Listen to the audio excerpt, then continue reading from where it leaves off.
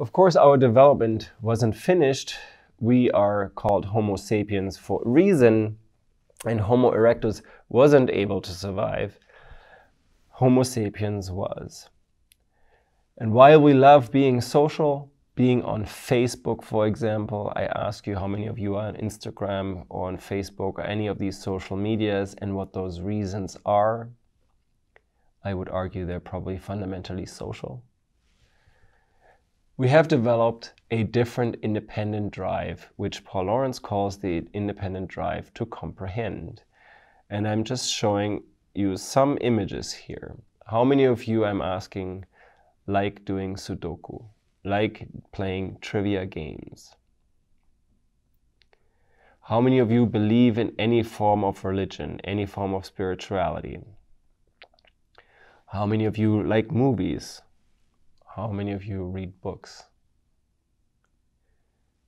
I would argue these are typical endeavors of a Homo sapiens. We like to learn, we like to grow, we like to do things and understand things, even if they have no real other purpose, for example, other than solving a Sudoku puzzle or playing trivia. The argument here is that our brain has developed further, and we need to make sense of things, sense of the world. We need to create stories to help us with that. That's why we keep writing books. That's why we love new movies. Games of Thrones, for example, is a story that's very popular now. People love it, people share it, people bond over it. They try to understand and make sense of it in many ways. There is no other purpose really than understanding, comprehending. It has nothing to do with acquisition or defense, potentially with bonding.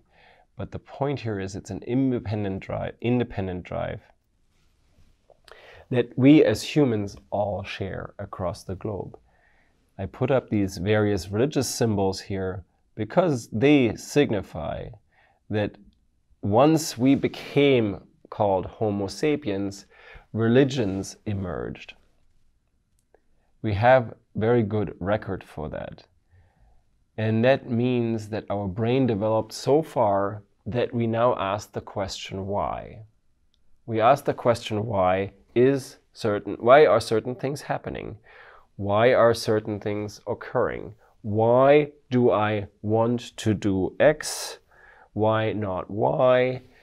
Why am I alive? Why am I searching? Why am I doing what I'm doing? I need to make sense of things. This is not just spurious. This is not just something that happens. This is a clear survival benefit of Homo sapiens. Because with abstract thinking and with questioning why and creating meaning, we create innovation. We create novel tools. We create computers. We create an axe. We create all kinds of sophisticated gadgets by abstract thinking. We also love storytelling. Movies, books, all kinds of stories that were told around the fire are very important to our species because in some way we keep learning through them. They entertain in itself, but they also support learning. Religions, spiritual narratives give us an answer to the question why. They give us meaning. They create shared meaning. And we have found that our species thrives when we do have this kind of shared meaning. We do not thrive when individuals are just out there for themselves, but when we create community that's meaningful. We ask the question why as human beings. We're not fully rational. We're not programmed to maximize utility one way or the other. We need to create meaning. We have what Paul Lawrence calls this independent drive to comprehend. And that's a story about what makes us uniquely human, is that we have these 4 independent drives. The drive to acquire, the drive to defend, the drive to bond, and the drive to comprehend.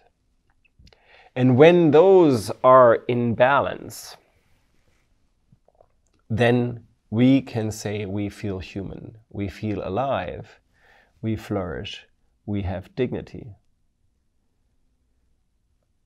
This is the objective of being alive, we can say, in this perspective.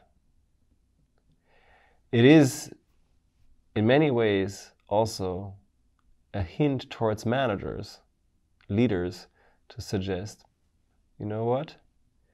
Maybe rather than focusing on maximization of profit or income, we could also focusing on balancing the drive to bond with the drive to comprehend and the drive to defend.